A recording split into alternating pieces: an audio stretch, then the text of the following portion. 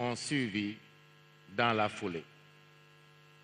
Cela tient presque du miracle, sauf à relever que nos institutions, loin d'être en crise, tiennent debout dans le cadre de la Constitution, expression la plus achevée de la volonté populaire.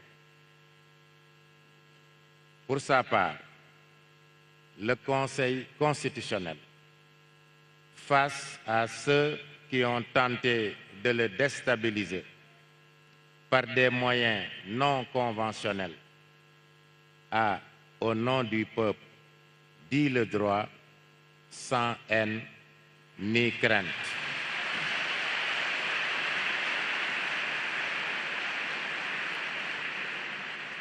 Le président de la République et son gouvernement, tout comme l'Assemblée nationale, ont toujours accepté de se soumettre à nos décisions. C'est dire qu'il n'y a pas une crise institutionnelle, mais une volonté commune de ne jamais sortir du cadre délimité par la Constitution.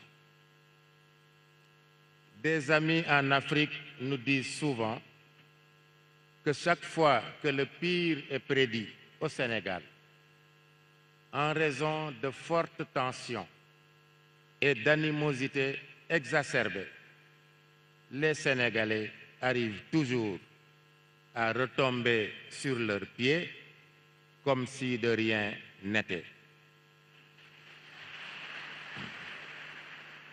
Fort de ce constat, Monsieur le Président de la République, il nous demande: mais quel est donc votre secret?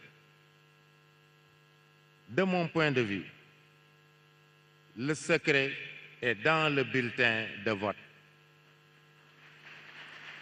Plus précisément, dans l'intime conviction et la claire conscience des citoyens électeurs que leur bulletin de vote peut décisivement changer le cours de leur destin dès lors que l'administration et les organes de contrôle du processus électoral ont fait la preuve de leur professionnalisme sous le contrôle d'une justice impartiale. C'est en effet en 10 jours chrono que les Sénégalais ont élu au premier tour, avec 54,28% des voix, le président de la République Bassirou Diomaye Diakhar Faye le 24 mars dernier. Et en ce jour 2 avril, qui marque aussi la fin du mandat de son prédécesseur, le Conseil constitutionnel reçoit son serment. Il s'agit là d'un véritable coup de maître. Le dispositif électoral, dans toutes ses composantes, a démontré une fois encore sa fiabilité.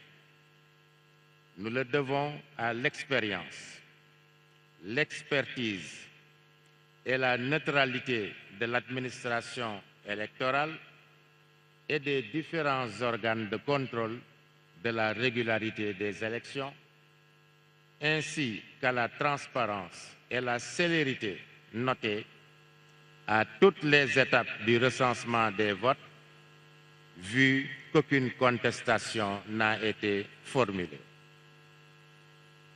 Nous le devons aussi, il faut le dire, à l'engagement du président Macky Sall,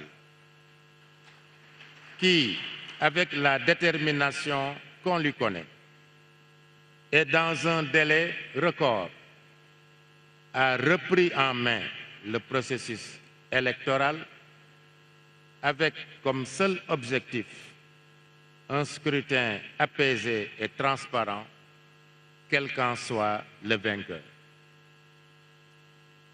Monsieur le Président de la République, permettez-moi d'adresser quelques mots à votre prédécesseur, Monsieur le Président Macky Sall.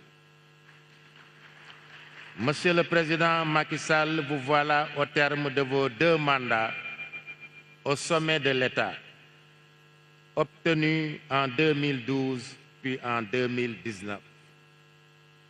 L'histoire retiendra de vous que vous vous êtes abstenu volontairement et sans aucune contrainte de solliciter de vos compatriotes un 3e mandat afin de nous éviter la probabilité d'une source potentielle de troubles intenses.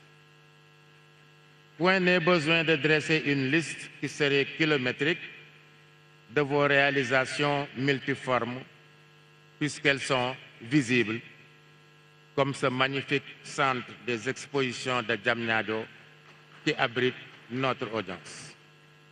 Nous retenons de vous, Président Macky Sall, un excellent garant de l'unité nationale, attribution emblématique que le Président de la République tient de la Constitution.